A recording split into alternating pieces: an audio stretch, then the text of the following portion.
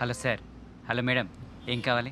Sir అది 30,000-40,000 బడ్జెట్లో లేహ్ లడాక్ వెళ్ళడానికి హనీమూన్ ప్యాకేజ్ ఉందా? చూడండి సార్, మీరు హనీమూన్ వెళ్ళడానికి ప్లాన్ చేస్తున్నారు. ఈ హనీమూన్ జీవితంలో మొత్తం ఎన్నిసార్లు వెళ్తారు సార్? సార్ అది ఒక్కసారి కదా సార్? ఒక్కసారి కదా మేడం?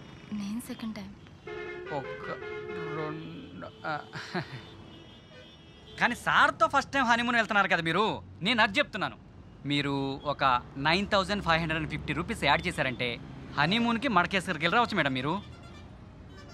అదే మీరు ఎక్స్ట్రా 5,000 యాడ్ చేస్తే శ్రీలంక కూడా వెళ్ళి రావచ్చు. ఎక్స్ట్రా 9,000 యాడ్ చేశారంటే భూటాన్ కూడా వెళ్ళి రావచ్చు sir. Plus 9,550 rupees extra 5,000 pay చేస్తే, ఎక్స్ట్రా మీరు 50,000 పే చేస్తే 9,000 యాడ్ చేస్తే 25,000 కనుక మీరు స్పెండ్ చేయడానికి రెడీగా ఉంటే మీరు మాల్దీవులకు వెళ్ళొచ్చు. ఫైనల్గా 1,25,000 ప్యాకేజ్. బాలీవుడ్ మూవీ కపుల్లాగా ఉన్నారు మీరు. బాగా ఎంజాయ్ చేసి రావచ్చు మీరు. ఏమంటారు మేడం? సారీ, కాల్ అటెండ్ చేయాలి. సింగపూర్ మలేషియా అంటే చాలా ఖర్చు కదా. పెళ్లి చదింపులు ఎంత డబ్బు వచ్చింది? ఆ వెండి చెంబు వెండి గుందులు మనకేం అవసరం లేదుగా. ఆ మాల్దీవులు ఓకే, 2 సీట్లు. సార్ ఆ లాస్ట్ 2 సీట్లు త్వరగా బుక్ చేసాయి. సార్ వద్దు, ఫైనల్ చేయదు. ఒక్క నిమిషం వినండి సార్, మా బడ్జెట్ అంత లేదు. సార్ కేవలం 65,000 ఎక్స్ట్రా. మీరు మేడం హ్యాపీనెస్ కోసం ఆ మాత్రం ఖర్చు పెట్టలేరా? ఏం మేడం, ఖర్చు పెట్టలేరా? ఖర్చు పెట్టలేవా?